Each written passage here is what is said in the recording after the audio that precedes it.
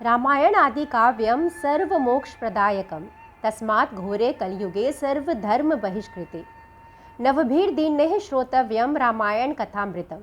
अर्थात रामायण एक आदि काव्य है, स्वर्ग और मोक्ष देने वाला है तथा समस्त धर्मों से रहित है। अर्थात रामायण की कथा समस्त धर्म के लोगों के लिए है। सभी धर्म के लोग इसे पढ़ सकते हैं, इसके लिए कोई भेदभाव नहीं है।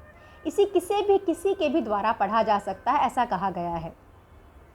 यह जो मैं वाल्मीकि रामायण में रामायण का महत्व, उसकी प्रासंगिकता, उसे कब पढ़ना चाहिए, इसका उल्लेख नारद जी ने सनत कुमार जी को सूत जी के द्वारा किया था। नारद जी ने सनत कुमार जी को कहा था, जिसे सूत जी कह रहे हैं।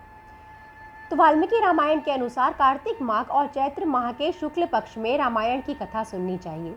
ऐसा कहा जाता है कि जिस मनुष्य के पूर्व जन्म के सारे पाप नष्ट हो जाते हैं, उसी व्यक्ति के मन में रामायण पढ़ने की इच्छा जागती है और रामायण से प्रेम होता है।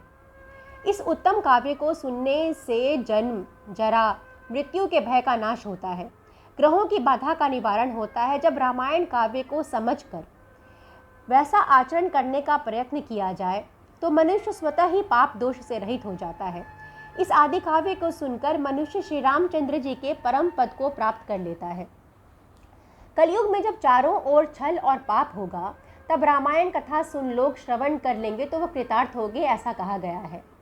कथा रामायण स्यापि नित्यम भवते यद गृहे तदम गृहे तीर्थ रूपम ही दुष्टानाम पापनाशनम।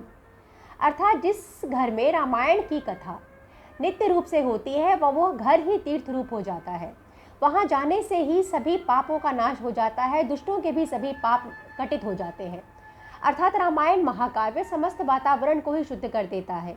परिणाम स्वरूप इसका प्रभाव सब पर सकारात्मक रूप से पड़ता है। आज हजारों वर्षों बाद भी यदि हम रामायण काव्य को पढ़ रहे हैं, उस पर चर्चा कर रहे हैं, उसे सुनने वाले लोग हैं, तब यकीनन कुछ न कुछ ऐसी बात तो ज़रूर होगी। क्योंकि आजकल तो किसी की सोच की उम्र बहुत छोटी होती है, 5-5 वर्ष में पीढ़ी दर पीढ़ी बदल रहा है, नए विचार आ रहे हैं। और यदि आज के इस युग में हज़ारों वर्ष पहले लिखी गई किताब में लोगों की इतनी रुचि है, तब यकीनन यह कथा केवल कथा न होकर सत्य है।